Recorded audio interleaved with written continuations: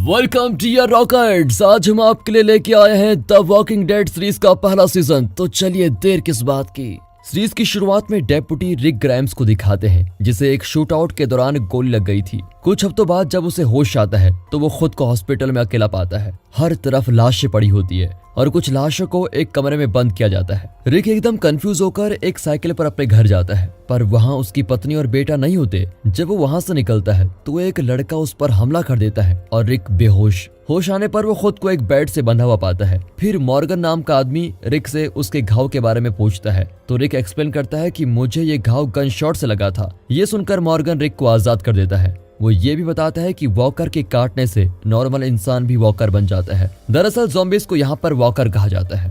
रात को मॉर्गन के घर के आसपास कई ज़ॉम्बीज़ दिखते हैं। उनमें से एक मॉर्गन की पत्नी होती है। मॉर्गन बताता है कि तुम्हारी पत्नी और बेटा अटलांटा के रिफ्यूजी कैंप में होंगे।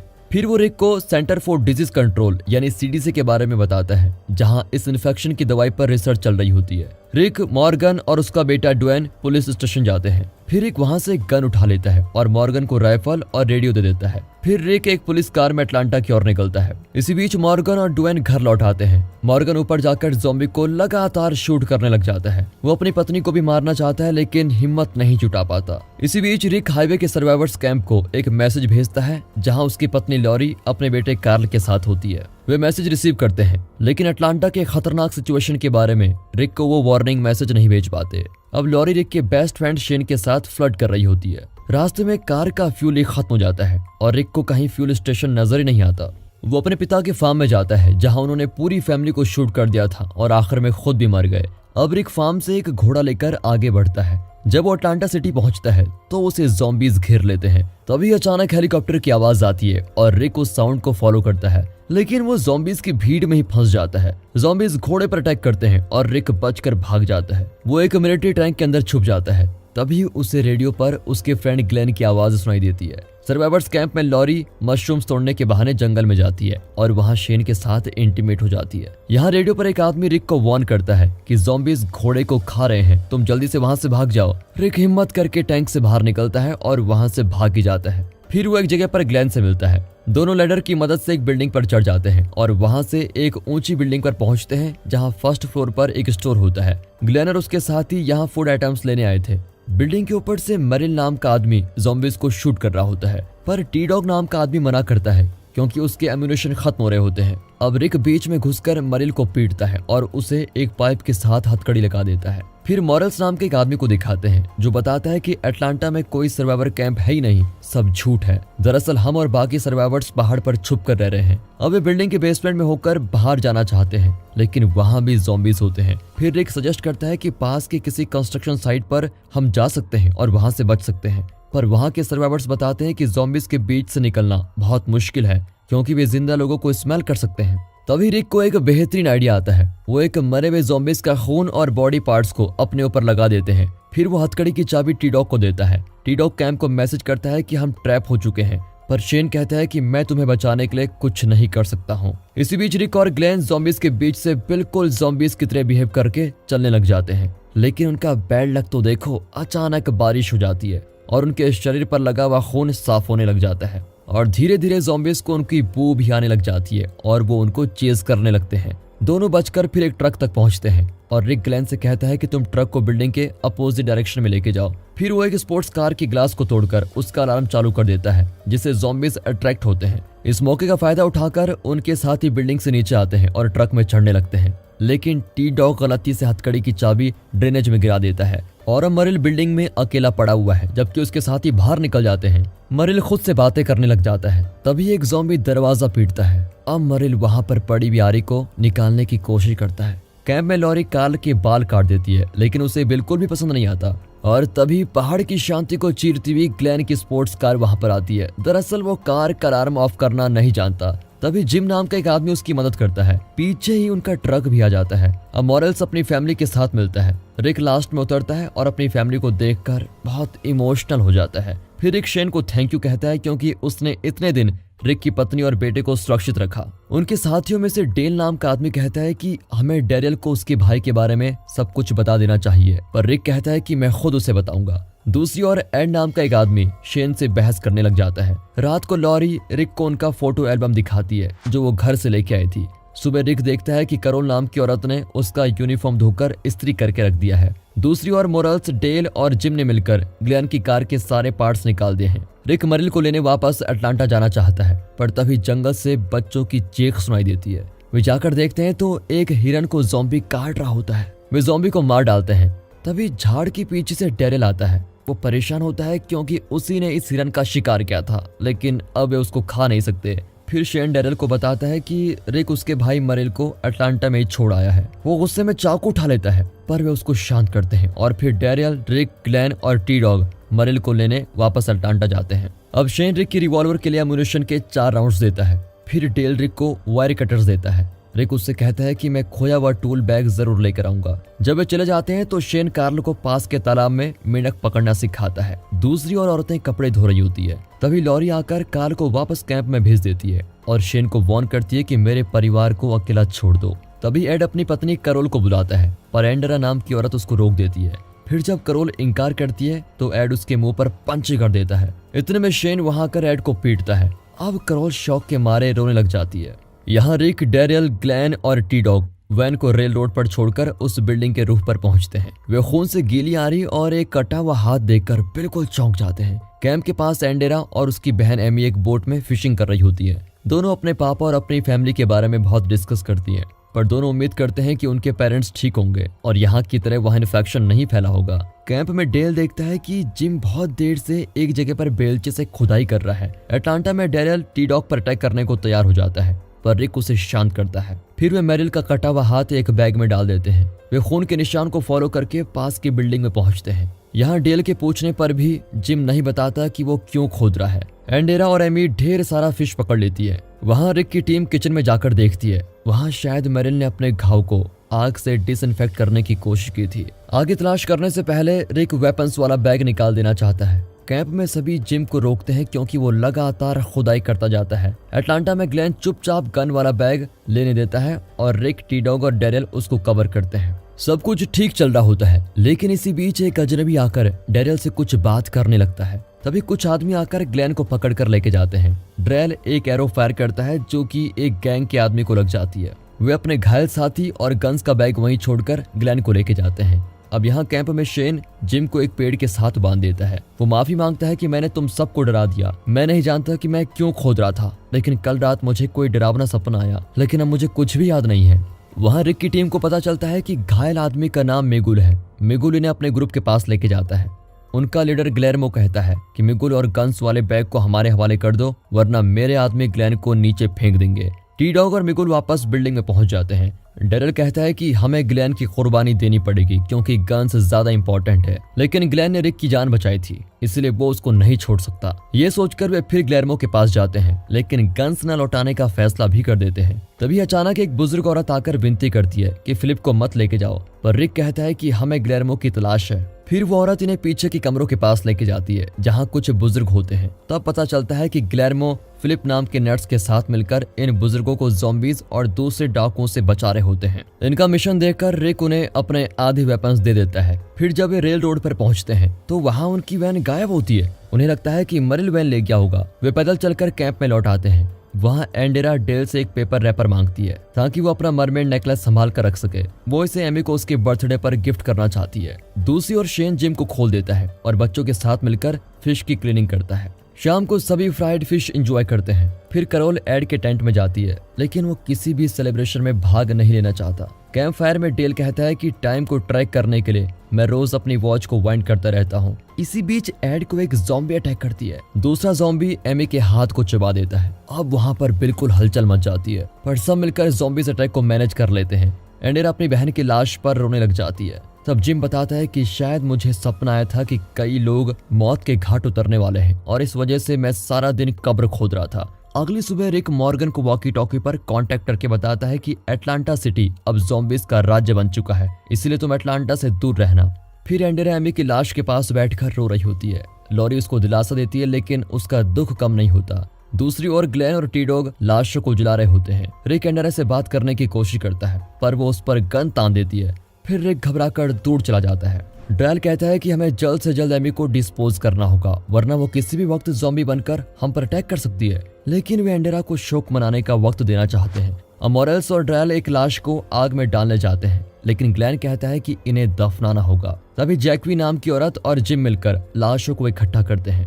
तभी जैक्वी जिम की शर्ट पर खून लगा हुआ देखकर उससे सवाल करती है पर वो कहता है कि लाशों को उठाते वक्त लग गया होगा। लेकिन जब जैकी को सच का पता लगता है तो वो विनती करता है कि प्लीज किसी को मत बताना, पर जैक्वी घबराकर सभी को बता देती है। इतने में जिम बेलचा उठा लेता है। टी डॉग उसको पीछे से पकड़ लेता है और ड्रैल उसकी शर्ट उठाकर देखता है तो उसके पेट में ज़ॉम्बी बाइट का निशान होता है। सभी सोचने लग जाते हैं कि अब इसका क्या किया जाए, पर रिक उसे मारने से साफ इनकार कर देता है। वो कहता है कि हम इसे लेकर सीडीसी जा सकते हैं जो यहाँ से 25 मील की दूरी पर है, हम सभी वहाँ शिफ्ट हो सकते हैं। पर शेन कहता है कि हमें फोर्ट बैगिंग की आर्मी बेस में चले जाना चाहिए जो कि अपोजिट डायरेक्शन में 100 मील्स की दूरी पर है, वहाँ जाना ज्यादा सेफ होगा। दोनों जगहों पर खाना और रहने की जगह मिलेगी। पर रिक का मानना है कि फोर्ट बेनिंग अब तक लोगों से भर गया होगा। इतना ही नहीं, सीडीसी में ज्यादा सुरक्षा है क्योंकि न्यूक्लियर अटैक या फिर टेररिस्ट अटैक के वक्त सबसे पहले सीडीसी को ही प्रोटेक्ट किया जाता है। इसी बीच डैरेल जिम को मारने जाता है लेकिन रिक उस पर गन तान देता है। शेन भी रिक को सपोर्ट करता है। तब जाकर डैरेल अपना वेपन फेंक देता है। अब रिक जिम को वैन के अंदर बेडरूम में भेज देता है। डेल एंड्रिया को बताता है कि मेरी पत्नी कैंसर पेशेंट थी, मैंने उसे हर कैंसर स्पेशलिस्ट के पास भेजा लेकिन वो पहले से ही अपना अंत स्वीकार कर चुकी थी। जब वो मर गई तो मुझे बहुत गुस्सा आया, मुझे लगा कि उसके साथ बिताया हुआ मेरा हर पल एक धोखा था। तब एंडेरा स्माइल करके एक पिंक टिश्यू पेपर में लपेटा हुआ मरमेड नेकलेस निकालती है। फिर वो एमी को हैप्पी बर्थडे कहकर उसे नेकलेस पहनाती है। दूसरी ओर डैरियल मरे हुए ज़ॉम्बीज़ के सर पर कुल्हाड़ी मारता रहता है। जब वो एड के सर पर मारने जाता है तो क्रॉल उसको रोक देती है और कहती है कि इसे तो मैं मारूंगी। ये कहकर वो कुल्हाड़ी उठाकर एड के सर पर लगातार वार करती है। वो कई सालों से एड के जुल्म सह रही थी और अपना सारा गुस्सा आज निकाल रही होती है। यहाँ एंडेरा एमी से माफी मांगती है और फिर उसके सर पर शूट कर देती है। ड्रायल लाशों को जला देना चाहता है लेकिन लॉरी कहती है कि हमें सबको शोक मनाने का वक्त तो देना ही चाहिए, फिर हम लाशों को दफना देंगे, उनको जलाना ठीक नहीं है। वैन के अंदर जिम को अजीब से विजुअल्स दिखते हैं। वो देखता है कि उसकी बाइक से खून निकल रहा है और कई लोग मरे पड़े हैं। बाहर मरे हुए लोगों का फ्यूनरल होता है। डेल एमी की लाश को एक कब्र की ओर लेके जाता है लेकिन एंडेरा उसको रोक देती है। वैन के अंदर जिम खांसता है तो खून निकलता है। रिक कहता है कि हम तुम्हें सिटी से ले जाने की पूरी कोशिश कर रहे हैं, तुम्हें कुछ नहीं होगा। दूसरी ओर शेन लॉरी से कहता है तुम रिक को कन्विंस करो कि सिटी से जाने का फैसला गलत है, पर लॉरी साफ कह देती है कि हम रिक के प्लान के मुताबिक ही चलेंगे, तुम पुरानी बातों को भूल जाओ। इनकी बातचीत सुनकर रिक को लगता है कि मेरी गैर हाजिरी में इन दोनों के बीच जरूर कुछ हुआ होगा। फिर रिक, शेन और डेल जंगल के अंदर जाकर ज़ॉम्बीज़ को खत्म कर देना चाहते हैं। शेन फिर रिक से कहता है कि सीडीसी जाना ठीक नहीं है, पर रिक अपने फैसले पर बिल्कुल अड़ा रहता है। तभी झाड़ियों के पीछे से कुछ आवाजें आती है। अब सभी अपने गन्स लेकर अलग अलग दिशाओं में चेक करने जाते हैं। शेन अपनी गन उठा लेता है तो उसका एम रिक पर पड़ता है और वो गहरी सांस लेकर कुछ सेकंड्स के लिए बिना हिले खड़ा रहता है। लेकिन तभी एक आवाज आती है और उसका फोकस टूट जाता है। फिर वो अपनी गन नीचे कर देता है और नोटिस करता है कि डेल उसको देख रहा था। कैंप में लौटने के बाद शेन सबको बताता है कि हमें रिक का फैसला मान लेना चाहिए, हम कल सुबह सीडीसी की ओर निकलेंगे। सुबह होते ही रिक मॉर्गन को कांटेक्ट करने की कोशिश करता है। वो बताता है कि हम सीडीसी जा रहे हैं, हम वहाँ का रूट मैप हमारी रेड कार पर टेप से चिपका कर जाएंगे ताकि तुम और तुम्हारा बेटा मैप को फॉलो करके सीडीसी पहुँच सके। शेन सभी को इंस्ट्रक्ट करता है कि सभी को एक साथ रहना होगा। तभी मॉरेल्स बताता है कि मेरी फैमिली सीडीसी नहीं जाएगी, बल्कि हम बर्मिंगम जा रहे हैं जहाँ मेरी वाइफ के पेरेंट्स रहते हैं। फिर रिक मॉरेल्स को 0.357 मैग्नम रिवॉल्वर देता है। मॉरेल्स की बेटी क्रॉल की बेटी सोफिया को अपनी गुड़िया देकर अपनी फैमिली के पास लौट आती है। फिर वे सब मॉरेल्स की फैमिली से विदा लेकर वहां से निकलते हैं। वैन के अंदर जिम की हालत बहुत खराब होती जाती है। रास्ते में वैन का रेडिएटर होज फट जाता है। शेन और टी-डॉग उसका रिप्लेसमेंट ढूंढने निकलते हैं तो जिम कहता है मुझे यहीं छोड़ दो और तुम लोग सीडीसी चले जाओ, मुझसे तुम सबको खतरा है। वे उसे इस तरह नहीं छोड़ना चाहते लेकिन जिम बार बार विनती करता है कि प्लीज तुम लोग चले जाओ, मेरे साथ मत रहो। वे जिम को एक पेड़ के पास छोड़ देते हैं। जैक्वी उसके गाल पर किस करती है और वे अपना सफर जारी रखते हैं। किसी और जगह पर एक वीडियो मॉनिटर पर एक आदमी दिखाई पड़ता है। इसका नाम डॉक्टर जेनर है। वो बताता है कि इस वायरस आउटब्रेक के 194 दिन हो चुके हैं और 63 दिन पहले ये इन्फेक्शन दुनिया भर में फैल गया था। फिर वो एक बायोहजार्ड सूट पहनकर अपने लैब में पहुंचता है। वो एक टिश्यू सैंपल निकालता है जिस पर TS19 लिखा हुआ है। सैंपल निकालकर वो एक एक्सपेरिमेंट करता है। उसी दौरान वो गलती से सैंपल पर लिक्विड गिरा देता है। तभी एक अलार्म बजता है और उसे अलर्ट कर देता है कि एयर क्वालिटी टॉक्सिक हो गई है। वो तुरंत एक डिकंटामिनेशन चैम्बर में जाता है और अपना सूट निकाल देता है। फिर वो एयरलॉक की सेफ्टी के बीच अलर्ट मैसेज सुनता है कि फुल डिकंटामिनेशन शुरू हो गया है। वो परेशान होता है कि उसका सैंपल अब किसी काम का नहीं रहा। वो जगह पूरी तरह जलने लग जाती है। अब जेनर बताता है कि मेरे सारे टेस्ट सैंपल मिट चुके हैं, इसलिए मेरे जीने का अब कोई मतलब नहीं। मैं खुदकुशी करने जा रहा हूँ। लेकिन मरने से पहले वो जी भर के शराब पीना चाहता है। रिक और उसके साथी शाम को CDC पहुंचते हैं। वहाँ कई 100 लाशें पड़ी होती है। वे मेन बिल्डिंग पर पहुंचते हैं जो पूरी तरह से बंद है। सिक्योरिटी मॉनिटर के जरिए जेनर उनको देख लेता है। बाहर ज़ॉम्बीज इन्हें सेंस कर लेते हैं। शेन कहता है कि अब भी वक्त है, हम फोर्ट बेनिंग जा सकते हैं। तभी एंडेरा कहती है कि फ्यूल बिल्कुल खत्म हो गया है और हमारे पास खाने को भी कुछ नहीं है, हम वहां तक कैसे जाएंगे। लॉरी भी घबरा जाती है, लेकिन रिक उसको समझाता है कि हम कोई ना कोई रास्ता जरूर निकाल लेंगे, तुम शांत हो जाओ। तभी जेनर बड़बड़ाता है कि जल्दी यहाँ से निकल जाओ।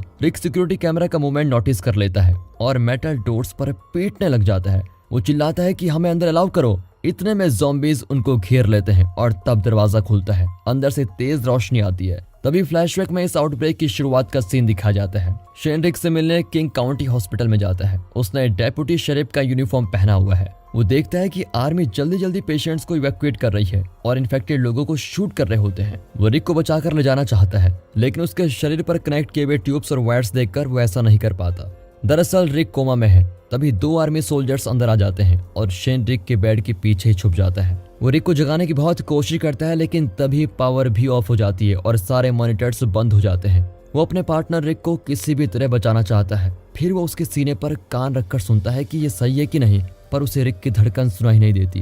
वो बहुत दुखी होता है कि कहीं रिक मारा तो नहीं गया। वो रिक को कमरे में बंद कर देता है और कुछ भारी चीजों से दरवाजे को ब्लॉक कर देता है। अब प्रेजेंट में दिखाते हैं कि रिक और उसके साथी CDC के अंदर पहुंच चुके हैं। तभी डॉक्टर जेनर आता है और सबका ब्लड टेस्ट करना चाहता है। कैरोल बताती है कि उसे अंडरग्राउंड की बंदी जगहों से बहुत डर लगता है, पर जेनर कहता है कि तुम मत सोचो कि ये बंद जगह है। वो उन्हें कंट्रोल रूम में लेके जाता है। रिक पूछता है कि बाकी डॉक्टर्स कहाँ पर हैं, तो जेनर बताता है कि सिर्फ मैं बचा हूँ। वो एंडेरा का खून ले लेता है, तो वो पूछती है कि ब्लड टेस्ट की क्या जरूरत है, अगर मुझे इन्फेक्शन होता तो बुखार होता। पर जेनर बताता है कि ये यहाँ का प्रोसीजर है। फिर वे CDC के कैफेटेरिया में खाना खाते हैं। यहाँ खाने और शराब की कोई कमी नहीं होती। सब बहुत खुशी से खाना खाते हैं और खूब सारा ड्रिंक भी करते हैं। फिर सब वहाँ के लग्जरियस बाथरूम्स में नहाते हैं। लेकिन शेन बहुत गुस्से में होता है और शराब की पूरी बोतल पी जाता है। एंडेरा भी बहुत उदास होती है। जेनर की खातिरदारी के लिए रिक उसको थैंक यू करता है। अब क्रॉल काल और सोफिया को सुलाने के लिए लेके जाती है। लॉरी लाइब्रेरी में कुछ बुक्स देख रही होती है। शेन लॉरी से कहता है कि तुम बहुत सेल्फिश हो, रिक के आते ही तुमने मुझे छोड़ दिया। लेकिन लॉरी कहती है तुमने मुझे ये बताया था कि रिक मर गया है, लेकिन अब तो रिक जिंदा है, इसलिए हम दोनों की रिलेशनशिप आगे नहीं बढ़ सकती। वो लॉरी के साथ जबरदस्ती करता है, लेकिन वो उसे नाखूनों से घायल कर देती है। जब रिक सोने आता है तो उसे पता चलता है कि लॉरी रो रही है।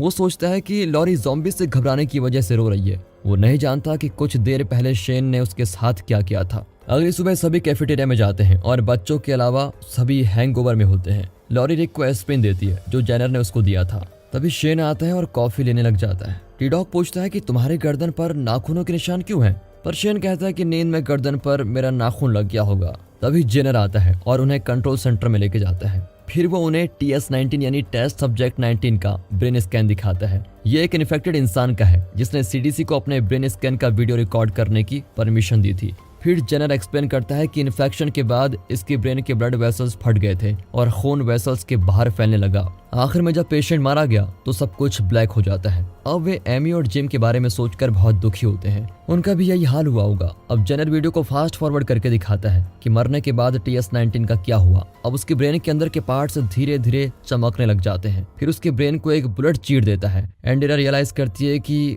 उसने इसी तरह एमी के स्कल में बुलेट उतार दिया था। तभी जेनर कहता है कि मैं नहीं जानता कि ये क्या बीमारी है या इसका क्या इलाज होगा। दूसरे रिसर्च सेंटर से मेरा कांटेक्ट भी कट चुका है क्योंकि यहाँ पावर ही नहीं है। तब डेल उसको रोककर पूछता है कि दीवार पर लगा हुआ क्लॉक काउंटडाउन क्यों हो रहा है। दरअसल जब टाइमर 0 पर जाएगा तो बेसमेंट जनरेटर का फ्यूल खत्म हो जाएगा और इस पूरे सेंटर को डिकंटामिनेट कर दिया जाएगा, यानी यहाँ लैब एक्सप्लोड हो जाएगी ताकि यहाँ के इन्फेक्शन सैंपल्स यहीं जलकर राख हो जाएं। अब रिक, शेन, टी-डॉग और ग्लेन जनरेटर्स को चेक करते हैं। जब वे बेसमेंट में होते हैं तो बिल्डिंग की इमरजेंसी लाइट्स ऑन हो जाती है। कार्ल और लॉरी ऊपर कमरे में होते हैं और तभी अचानक बिल्डिंग के अंदर ऑक्सीजन कट हो जाती है। फिर जेनर एक औरत की फोटो देखकर कहता है कि मैंने कम से कम अपनी तरफ से पूरी कोशिश तो की, मुझे यकीन है कि तुम मुझ पर गर्व करोगी। अब लाइट्स एक एक करके ऑफ होने लग जाते हैं। जेनर बताता है कि ये बिल्डिंग खुद को शट डाउन कर रही है। आधे घंटे में पूरी बिल्डिंग डिकंटामिनेट हो जाएगी और इस प्रोसेस को रोकने के लिए हमारे पास फ्यूल नहीं है। तभी इमरजेंसी अलार्म्स जोर से बजने लगते हैं। रिक सभी को अपनी चीजें उठाकर जल्दी से जल्दी बाहर भागने को कहता है, लेकिन इससे पहले कि वे बाहर निकले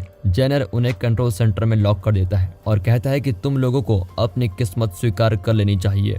इस बिल्डिंग के साथ हम सभी एक्सप्लोड होने वाले हैं। फिर डेरिल और शेन अपने गन्स और कुल्हाड़ियों से दरवाजा तोड़ने की कोशिश करते हैं, पर जेनर कहता है कि यह दरवाजा इतना स्ट्रांग है कि रॉकेट लॉन्चर भी इसको नहीं तोड़ सकता। रिक जेनर पर चिल्लाता है कि तुम इतने दिन से यहाँ कर क्या रहे थे, तुम बचकर क्यों नहीं भागे। तब जेनर कहता है कि TS-19 मेरी पत्नी थी और मैंने उसे प्रॉमिस किया था कि मैं आखिरी सांस तक इस रिसर्च में अपनी पूरी कोशिश जारी रखूंगा। पर रिक और लॉरी कहते हैं कि तुम यहाँ रुकना चाहते हो तो रुक जाओ, लेकिन हमें बाहर जाने दो ना। इस पर जेनर कंट्रोल सेंटर का डोर अनलॉक कर देता है, लेकिन कहता है कि कंट्रोल सेंटर से तुम बाहर जा सकते हो, लेकिन बिल्डिंग से बाहर निकलना नामुमकिन है। वो रिक से हाथ मिलाता है और उसके कान में कुछ कहता है। वो एग्जिट की ओर भागते हैं, लेकिन जैक्वी CDC में रहना चाहती है क्योंकि वो एमी और जिम की तरह इतनी बुरी मौत नहीं मरना चाहती। तभी एंडेरा भी CDC में रुकने का फैसला करती है। डेल भी एंडेरा के साथ रुकने का फैसला करता है। CDC लॉबी में सारे दरवाजे लॉक होते हैं। वे दरवाजों और खिड़कियों पर पीटते हैं, कुल्हाड़ी मारते हैं, यहाँ तक कि उन पर शूट भी करते हैं। तभी क्रोल एक हैंड ग्रेनेड निकालकर रिक को दे देती है और कहती है कि जब मैं तुम्हारा पैंट वॉश करने जा रही थी तो ये पैंट पॉकेट में था। रिक तुरंत उसे डिटोनेट कर देता है और डिकंटामिनेशन से कुछ ही मिनट पहले ग्रेनेड ब्लास्ट होता है और ग्लास टूट जाता है। बेसमेंट में डेल एंडेरा को प्रॉमिस करता है कि मैं इस हाल में तुम्हें नहीं छोड़ सकता, पर एंडेरा नहीं चाहती कि डेल उसके साथ मरे। बाहर वे ज़ॉम्बीज़ को शूट करते हुए वैन की ओर भागते हैं। वैन में चढ़ने के बाद वे देखते हैं कि डेल और एंडेरा भी बिल्डिंग से बाहर आ गए हैं। अब सिर्फ 10 सेकंड्स बचे होते हैं। जेनर और जैक्वी एक दूसरे का हाथ पकड़कर सिक्योरिटी मॉनिटर्स को देखते हैं और खुश होते हैं कि रिक अपने साथियों के साथ बच निकला। डेल और एंडेला भागकर मिलिट्री ब्लॉकेड के पीछे छुप जाते हैं और तभी CDC बिल्डिंग एक्सप्लोड हो जाती है। फिर दोनों भागकर वैन में चढ़ जाते हैं। अब रिक इंजन स्टार्ट करता है और वे उस जगह से दूर जाने लग जाते हैं। और दोस्तों इसी के साथ द वॉकिंग डेड का पहला सीजन यहाँ पर खत्म होता है। दोस्तों सीरीज के टोटल 11 सीजन रिलीज हो चुके हैं और अगर आप इस सीरीज के अगले वाले सीजन भी देखना चाहते हैं तो कमेंट्स में जरूर बताइएगा। उन्हीं के आधार पर हम आगे के सीजन्स की वीडियो बनाएंगे। और ये पहला सीजन आपको पसंद आया हो, वीडियो अच्छी लगी हो, एक्सप्लेनेशन अच्छा लगा हो तो वीडियो को लाइक कीजिए और चैनल को सब्सक्राइब कर दें। बाकी मिलते हैं अगली वीडियो में, तब तक के लिए गुड बाय, अपना ख्याल रखिए and finally thanks for watching.